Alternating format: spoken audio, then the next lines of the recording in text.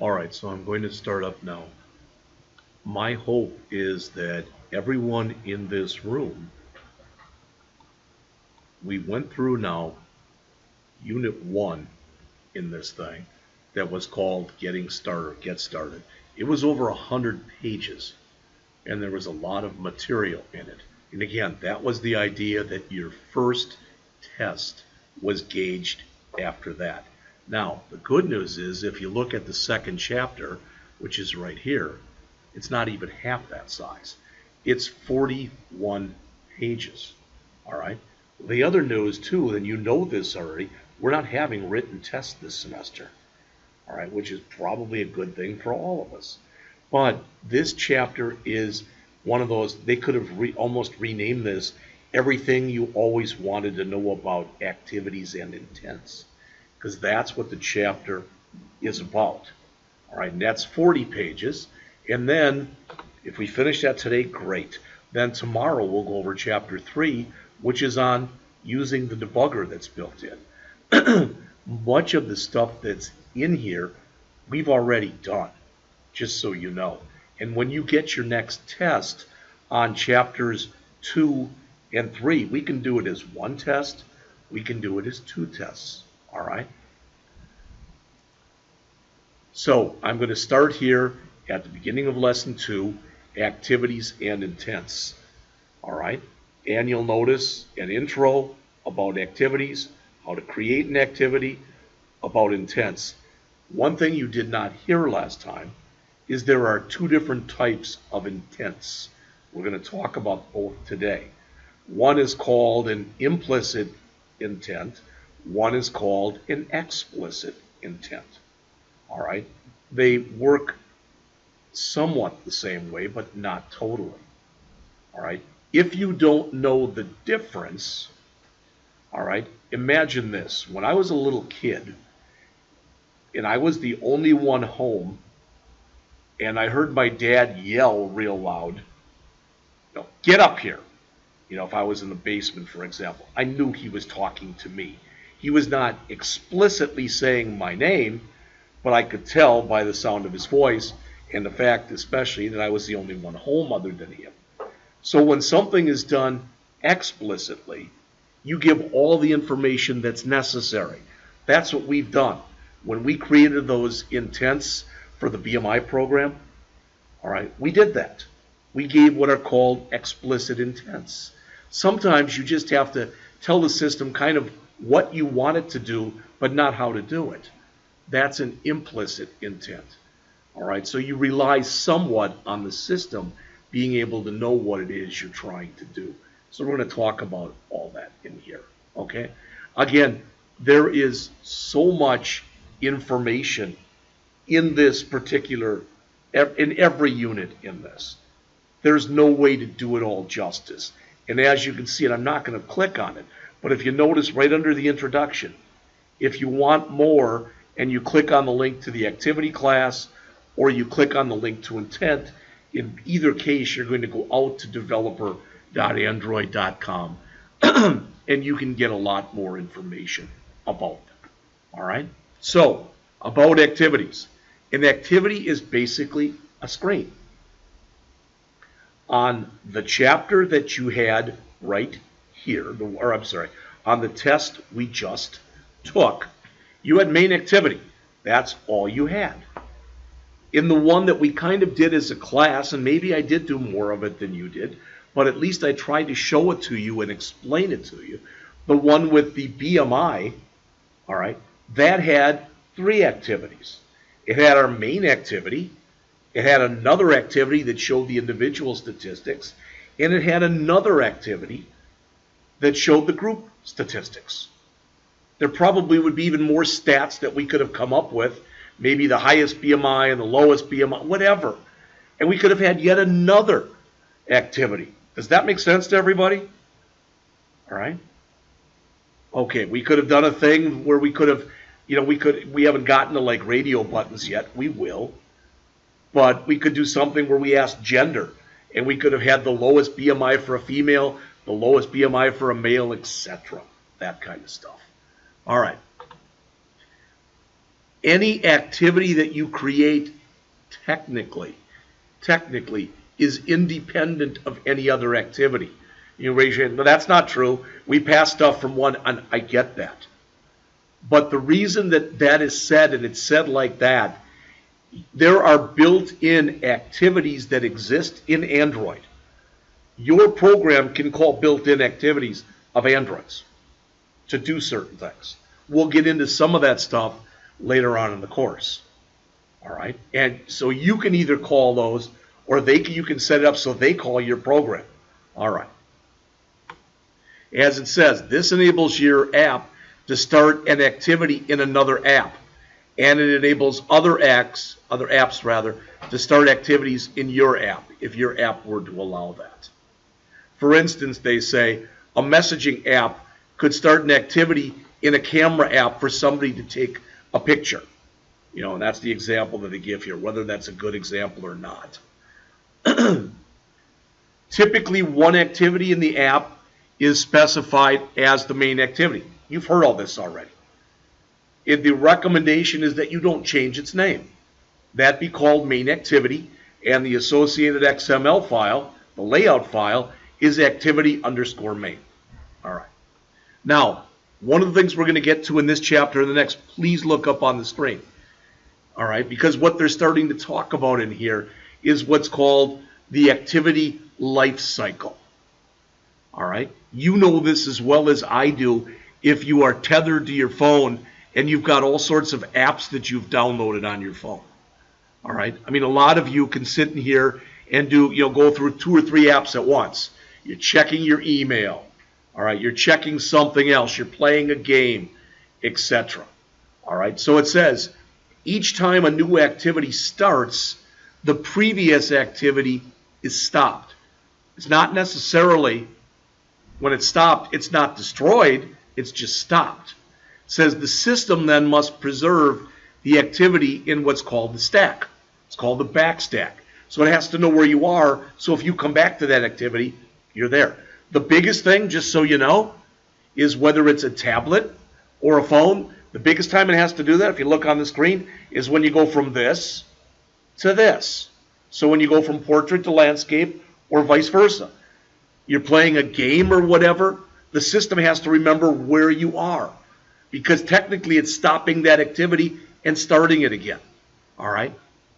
So it says when the user is done with the current activity and presses the back button, that activity is popped from the stack and destroyed, and the previous one goes back into business. So they will talk about the activity life cycle later on in this chapter. All right. So to create a new activity, again, one of the reasons I went through this earlier with you is I figured it would be easier to just kind of show it to you, go over an example of it, and then we'd start doing it as a class. All right? I will tell you right now, okay, right now. Let's pretend for a second that it's 20 years from now. All right? Hope I'm still here.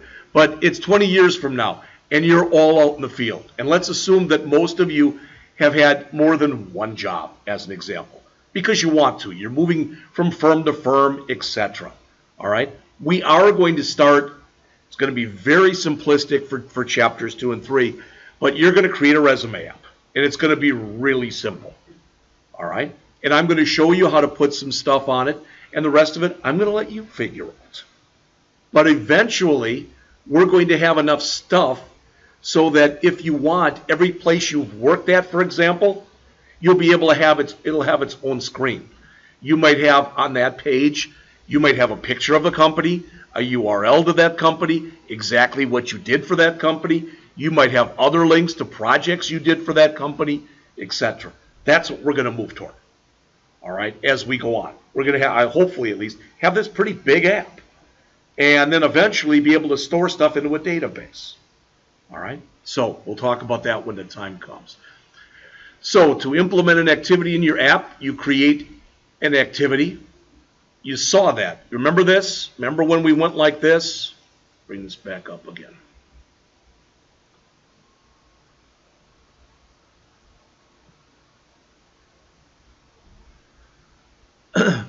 I talked about this when we talked about the BMI program, that for example, come on,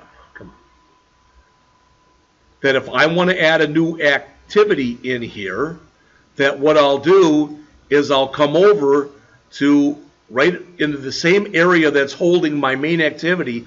I will right mouse click on it and I will choose new activity. All right. Now you'll notice when you look in here, there are several different kinds of activities. All right. So I'm not going to go through any of them right now, but the point is there are a bunch of them. So Abby says, well, that sounds interesting. How do I find out more? Well, you can go up to where it says gallery on the top, and it shows you all of them. These are not identical. Actually, they pretty much are identical to what you saw when we started. All right. But you can choose anything you want from there. What we did was when we went in and right mouse clicked on our project name, chose new, went down to activity, and went to empty activity, that's pretty much the same thing you do when you start up a new project. Does that make sense to people? All right. And again, when you do this and you click empty activity like that, don't call it activity main 2 like that. I've already mentioned that. All right. So that's the first step. It's creating a blank or some kind of an activity Java class. Second, implement the basic user interface for that activity. Stick your widgets in there. All right. Third, declare the new activity in your Android file. Guess what? You don't have to do that. All right. That used to be you had to physically put that in there. Now it's done for you. And I want you to think to yourself, you know what, Jeff? I don't have a flaming clue as to what you're talking about. So I want to show you. All right. So I'm going to close this. I'm going to close this project, and I'm going to tell it to open an existing Android Studio project that I have out on my desktop, but I think it's under a subfolder, and I'm going to try to see if I have BMI02, the one we did as a class. So I've got that, and I'm going to open it. All right. Now, please look up on the screen here, okay, because they explain it in the book, but they don't show it a whole heck of a lot. All right. I'm going to go into a file we probably haven't looked at yet. All right. Under our app, look on the screen. You've already been in here. You've been in Java. And you know when you go under here, and you go down far enough that you are eventually going to find your Java file. Okay? And I guess it's, where is it? It's there. So there's our activities. Okay, fine. Now, we've also looked a little bit at res. Not a lot, but a little bit. We've gone in there, and drawable is where you put your images. Layout is where your XML file is. If you've got different size images, you typically use mipmap. And values are, there's at least 3 things in there. Notice I have 4. You can set your colors in there. Strings we've already talked about. In later chapters, we're going to go over dimensions and styles. But the one we have not talked about is way up at the top where it says manifests. There is one file in there called Android manifest.xml. All right, and I'm going to open that file. And what I want to show you is this. Notice, activity, Android. See that? All right. And there's a couple of other ones in here too. There is our main activity, there is our group stats activity, and there is our individual stats activity. These two lines that you see right here, those were added automatically for us when I went in and added the new activity and gave it a name. All right. So when they say in the book here, you've got to do all this stuff, you don't have to declare the new activity in the XML, but it has to be declared. All right. Enough said. And again, they say do a file, new activity. We already did that. All right. When you create a new project, it says you're going to have a bunch of this stuff by default. Now, I'm telling you this, you may or may not agree. What they show you in this chapter is they go through the Android activity life cycle. I could almost bet you that, let's say Evan decides he's going to apply for a job as a mobile developer.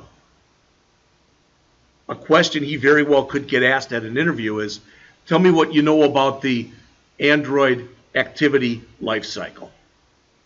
Now, they wouldn't expect that he could go into as much detail as is here, but the point is they explain what onCreate is, and they explain the different things that can be called from onCreate. They explain in here how onCreate often is only called once. All right, so all that stuff is in here. I'm not going to sit and read to you. It is in there. They talk about things like pause. The best time to think about pause, I'm playing a game on my phone, and the phone rings. If I go answer the phone, my game should automatically go into pause mode or on pause. It says, in addition, you can also implement methods in your activity to handle other behaviors such as input or button clicks. Well, if you remember, I put that button click into the one that we just did, that BMI02. All right? Okay. Implement the activities user interface. Basically, you can put anything you want. It's another screen.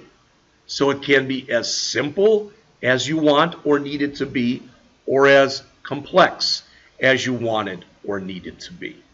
All right?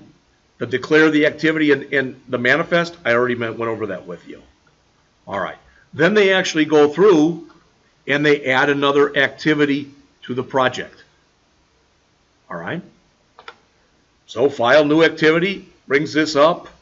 Again, mine's thinner because I wanted to make sure it would all show on the screen, but there's everything that's there.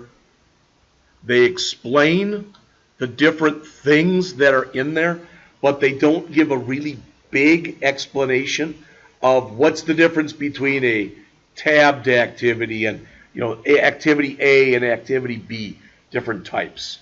All right, you can go out to developer.android.com for that if you really want to know. All right, so it says when you choose an activity template, you see the same set of screens that we saw earlier. All right, and it says Android Studio provides 3 things for each new activity. You should know what these are already. Number 1, a Java file where you put your code. Number 2, an XML file.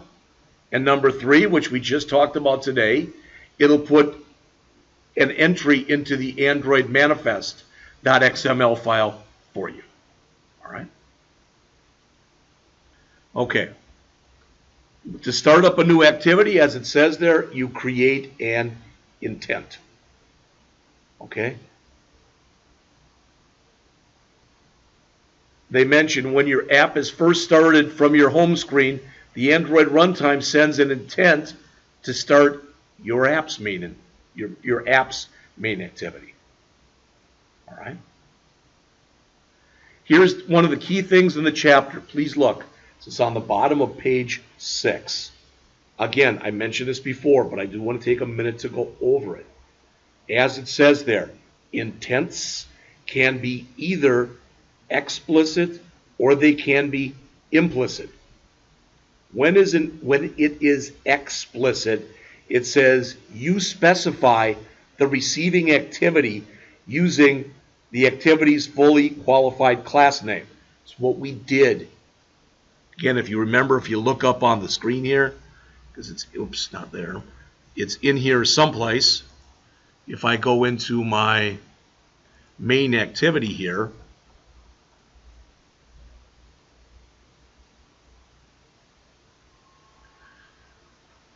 look on the screen here and look what's in blue, where it says individual stats activity dot class. That is an external intent. I have to provide all of that information. Basically, it's the class name, all right, of the class or the new activity that I'm going to call. It says you use explicit intents to start components in your app because you already know the package, the class name. It allows you to move around and you have more control if you do it explicitly. On the other hand, as it says there underneath it, there are also implicit intents where you do not specify a specific activity. Rather, as mentioned, you declare a general action to perform, and the Android system matches your request. That can be problematic. If you say, what does that mean? I'm going to show you an example because it's in this chapter a little bit later. All right? So later on in the chapter, we talk about it. All right, top of page 7. For an explicit intent, the key fields include the following. I'm not going to read to you. You can see them there. We have talked about the activity class. We have talked about intent data. We have talked about extras. We have not talked about flags. Notice additional bits of metadata. Anybody know what that word means? Anybody know what metadata means? We used metadata back in, when we had metadata tags back in HTML. Metadata is data about data. It's literally what it means. All right? It says flags may instruct the Android system how to launch an activity or how to treat it after it's been launched. So flags allow you to get more down to the system level. All right? For instance, you might tell it, yeah, I do want you to go and bring up this new screen, but not until some criteria has been met, whatever that criteria is. So, starting an activity with an explicit intent, halfway down here on page 7, this is what we did for that second example that I gave you of the BMI project. All right, again, use the explicit keyword intent. Use the start activity method. All right, and they show you here how to do it, but again, I just showed it to you. So what are we doing here? We're creating an intent. We know we're creating a new intent because that's doing the instantiation. So we're creating a new intent called IND intent.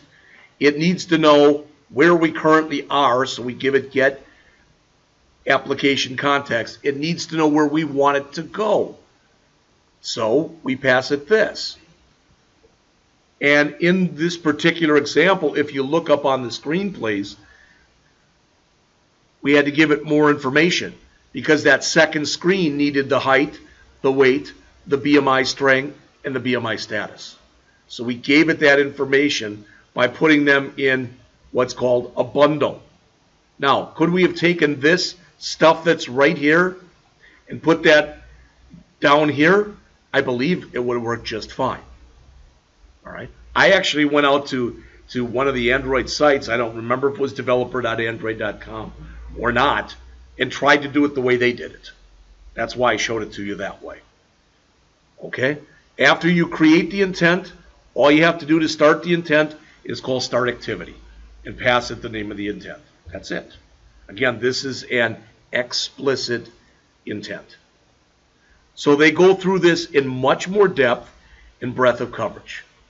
All right. Now, I'm asking you a question. If you look up on the screen here, do you remember this? Remember when I did this?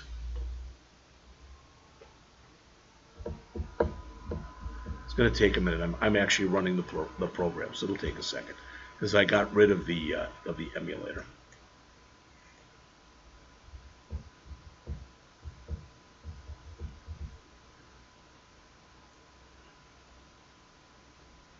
Now, what I'm going to tell you, I didn't try this. I'm going to try it right now just to see. You may remember this. You may not remember this. But one of the things that I showed you in here, so when we come in here and for height, I'll put in 72. All right? And for weight, I'll put in 200. All right? And then click calculate. Boom. It gives you all that information. You saw that already. Now I'm going to click IND stats. Remember this? Okay.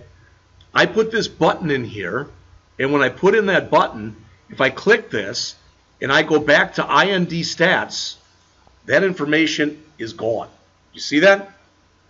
On the other hand, if I go and I put in 72 and I put in 200 and I click calculate and I go to my individual stats page and I click my back button and go back to individual stats, that information is still there. All right? Well, the reason I'm telling you all that is not to waste your time, but I want you to see something here. I'm going to try something. And that is, I'm going to go over to my individual stats page.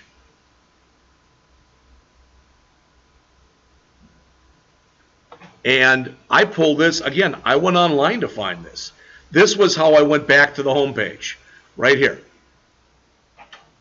Created a new intent and told it to go back there. All right? I don't know if what I'm going to try right now is going to work or not. I have no idea. But I'm going to come in here. I'm going to comment this whole thing out.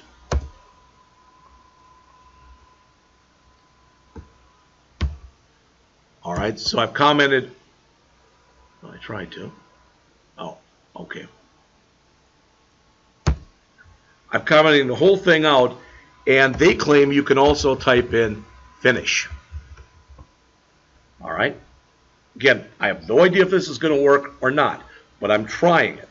So, save all, go back to my main activity page, and I'm going to save this.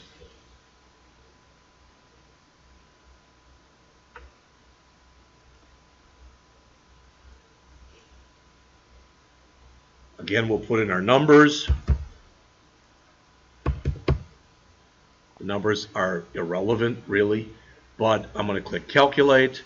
There it is. I'm going to click my IND stats. There they are. I'm going to click go back to the home page. See, it did with finish. But what I don't know is if I go back here, that kept my stuff. See that? So rather than starting a new intent like I did, you should all look at this. All right? Because what I should have done, I didn't know this, otherwise I would have told you. All right? But instead of coming in and having all this in this button to go back, remove all that and just put in finish. And I would guess, I don't know why it wouldn't, the other one's going to work the same way. So again, I'm going to go in here, comment all of that out, and again, type in finish. All right, that's much easier.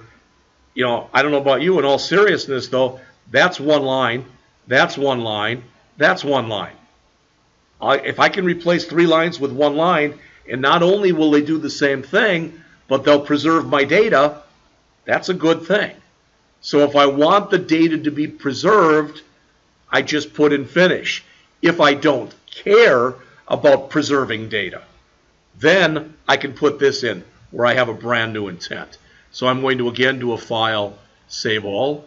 I'm going to stop my run, try it one more time.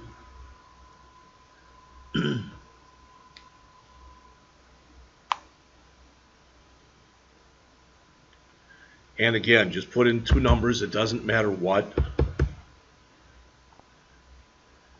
Calculate, that works. IND stats, that works. I'm going to go back. IND stats, my values are still there. Now I'm going to try my group stats. There they are.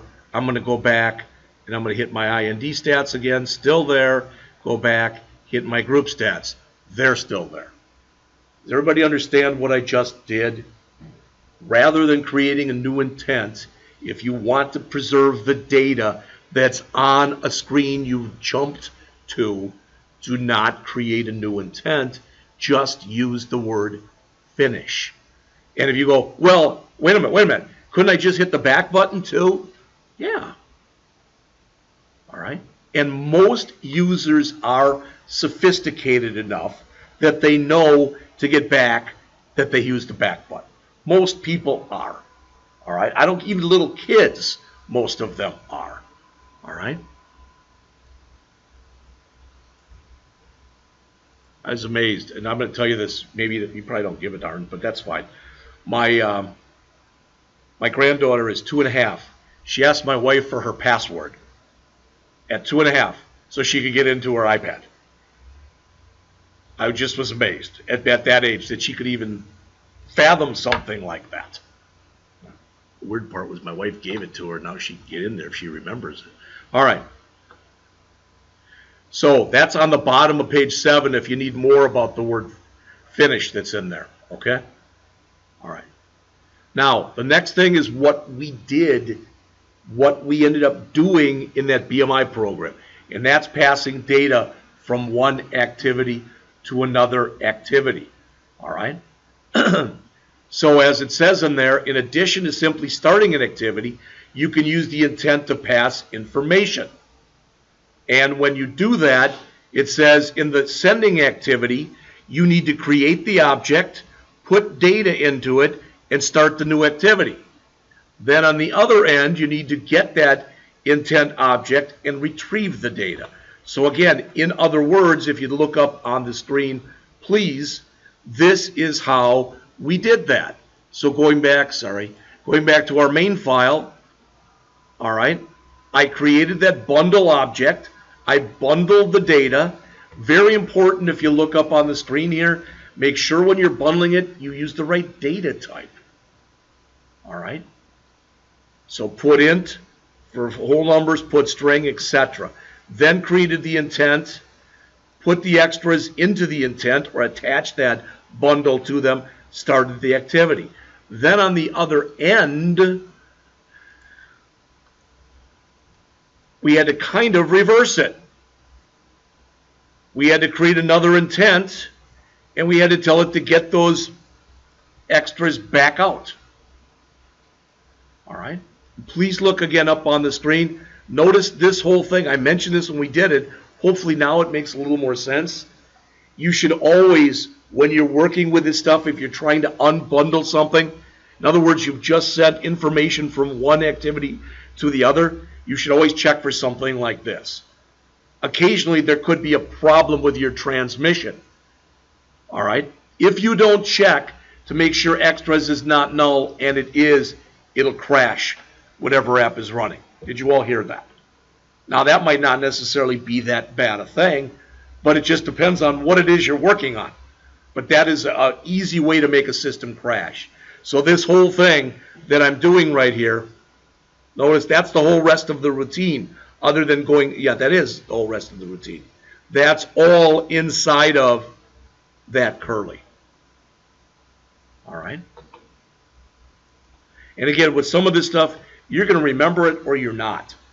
But if you don't, one thing you don't want to do, again, I'm hoping, I'm literally praying that when we have our last day of class that we do have a half dozen potential employers here.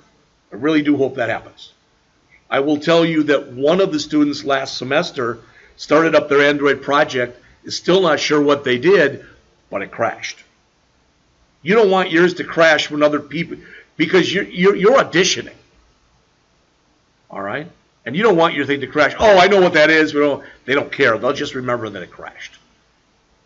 All right?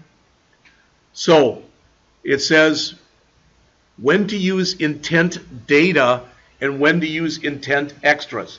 Again, please look up on the screen. I'm about halfway down on page 8. You use intent data when you only want to pass one thing, one piece of data. We used intent extras with a bundle because we wanted to pass multiple things. All right? And there's more about it than that, but they said only one piece of data, a bunch of data. They do say they're not technically mutually exclusive, that you can do some work with both. All right? Then they go through how to add data to the intent. See, again, I'm not sure if the way I did this was the right way or the wrong way, but I like this being a little bit ahead. I've read this whole book already, and I figured creating an app and showing it to you would make much more sense than going over this chapter and constantly going back and forth where you're trying to learn it, but you've seen it now. You've done this already. You may not have totally had an idea of what you were doing, but you have done it. All right? So adding data, and I will tell you too, they show you how to add data, again, one piece of data, and how to add extras. You probably already know this, but just so you do. The way they do it in here is probably not identical to the way that I did it. Good, bad, or indifferent, this is another one of those programming languages that quite often gives you lots of different ways of doing the same thing. Did you hear me? All right. And I gave you one way. The book, it's going to be similar, but it might not be the exact same thing. The outcome will be the same. All right. But how we're getting from point A to point B may be different.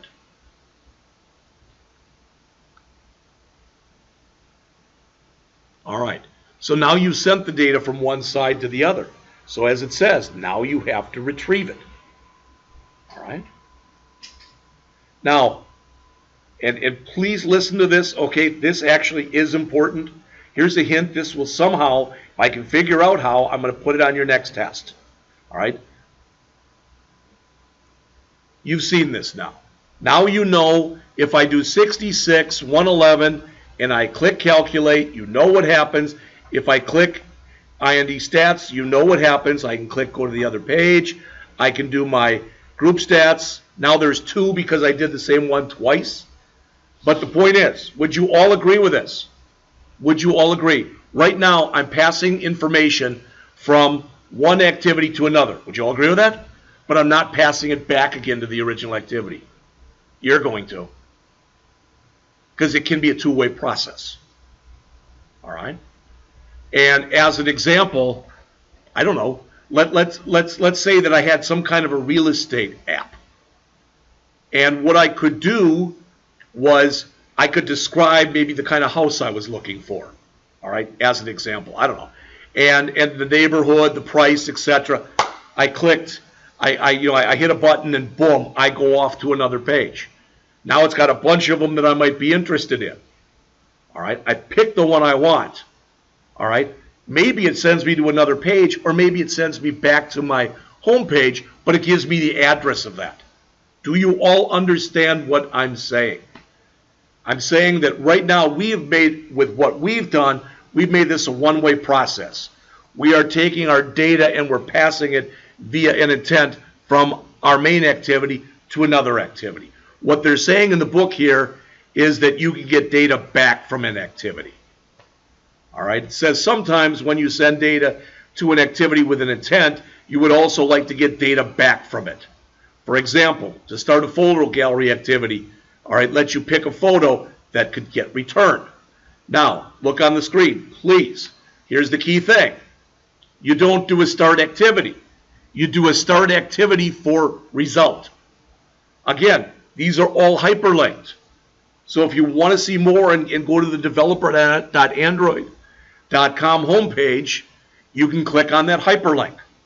I'm going to try to figure out a way to probably have you take one of either the homeworks we've done or the last test that you just did and have you add a screen and pass information into it and then pass something else back. All right? So notice when you do that, again, it's start activity for result, and then when you go up to page 11, they show you an example. Unfortunately, most of the examples that are in this text are not complete programs. All right? This whole thing together is already, I don't know what it is, it's about 500 or 600 pages. So they show you how to use the start activity for the result, then they show you how to return that activity. And notice it says when you do that, there are response codes. If you look on the screen, there's result OK. Okay, and that means it worked. There's result canceled. Maybe you've been waiting for you've got a timeout set there. And maybe you've been waiting for 2 minutes and nothing's happened. All right? And there's result first user. It says where you can define your own result codes. The only reason I'm telling you that is if you're returning something from one screen to another screen, and that original screen that's being returned to, if you want to use that stuff, again, you better check to make sure that that result was successful. All right? Because if you don't, again, another good way to crash a program.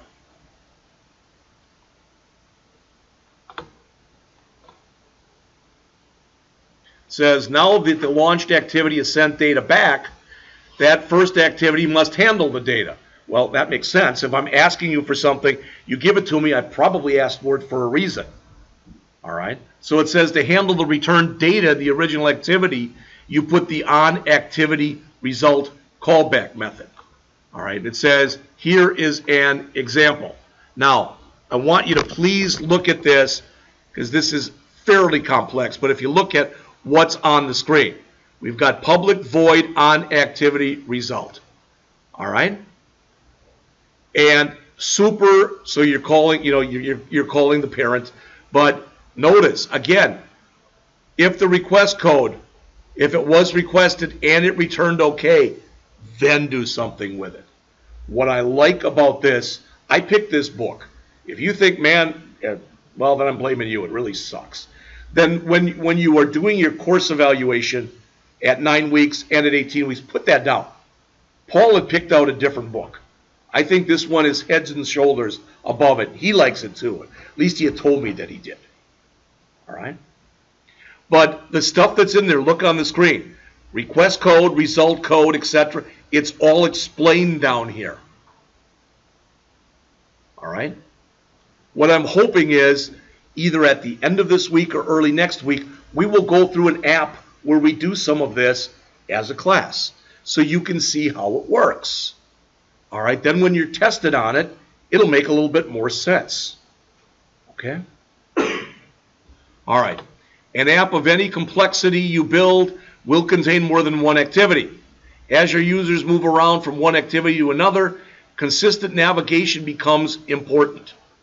So they mention here that Android supports 2 different forms of navigation strategy for your app. One is back, with a back button. You already know about that. The other one is up. All right? It says provided by you as an option in the app bar. What you're going to learn later, if you look up on the screen, please, right here, see this thing that's in green? All right? What we're going to start doing, it'll be a few weeks, but you can put stuff in here. You can put a menu in there. You can put options in there. What we will eventually put in for our app, when we first build our resume app, it's going to have our picture on it. Yeah, if you don't like your picture, tough. You're going to take one anyway. And you're going to have a heading here, and you're going to have 2 or 3 buttons. But eventually, we'll take 2 of those buttons. One will be send me an email. One will be phone me. But we're going to put those up here. Look on the screen. And we'll put another one up for text. So that if somebody wants to text you, they'll just click that button. Boom. It'll bring up the empty screen, and they'll be able to send you a text. If they want to call you, they will click on the phone. Boom. It'll bring it up on the screen. All right, etc. So we're going to do all that stuff. Most people, again, are familiar with back navigation. But what they explain in here is exactly what happens. So they've got something called the backstack. Okay, so look at it this way. What they're saying is, technically, I've got my main activity. So I've got my BMI program that we just brought up. I've got my main activity. All right. Now I go in and I call that individual stat stuff. So I call that. So what happens is my main activity gets put on what's called the backstack. And it goes to the other page. All right. Then when you're on the other page, typically what it's going to do is it's going to actually destroy that activity. So it'll destroy what's on the individual page. It'll retain the data, but it'll destroy the page. And then pop back to my original activity. Now, I'm not saying, did that totally make sense? You got to read this or it won't make sense. So it all depends upon how well you want to understand this stuff. But if somebody told me that there aren't a lot of really good app developers out there, and the average salary for an app developer is about 120 grand a year, I'd want to learn all about it that I could. All right?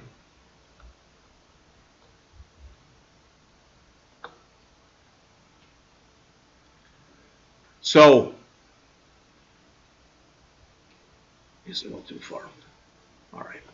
It says Android enables the user to navigate between tasks, all right, or recent tasks on a user's screen, accessible with the square button that's down here. Way down, if you look on the page here, page 14, way down there on the bottom of the screen. It says most of the time you don't have to worry about that. Probably the only time you'd really have to worry about it is if somebody put their own app out there and they really didn't have it programmed very well. All right. I mean, I've done this. If you go out to the App Store, you know, you don't have to do this, but if you go out to the App Store, for example, and you type in shopping cart app, as an example, free shopping cart app, all right, there'll be thousands. I'm just telling you.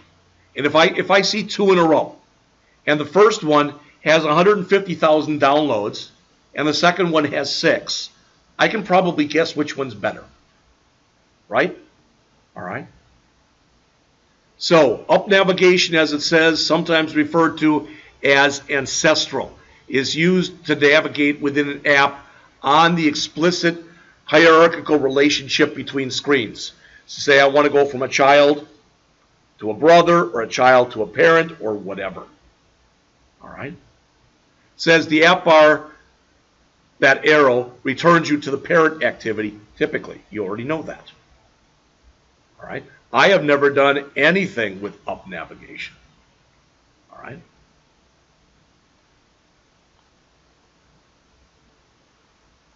And since I haven't, I wouldn't put something like that on a test. Well, yeah, you ought to know it. No, that isn't right. All right?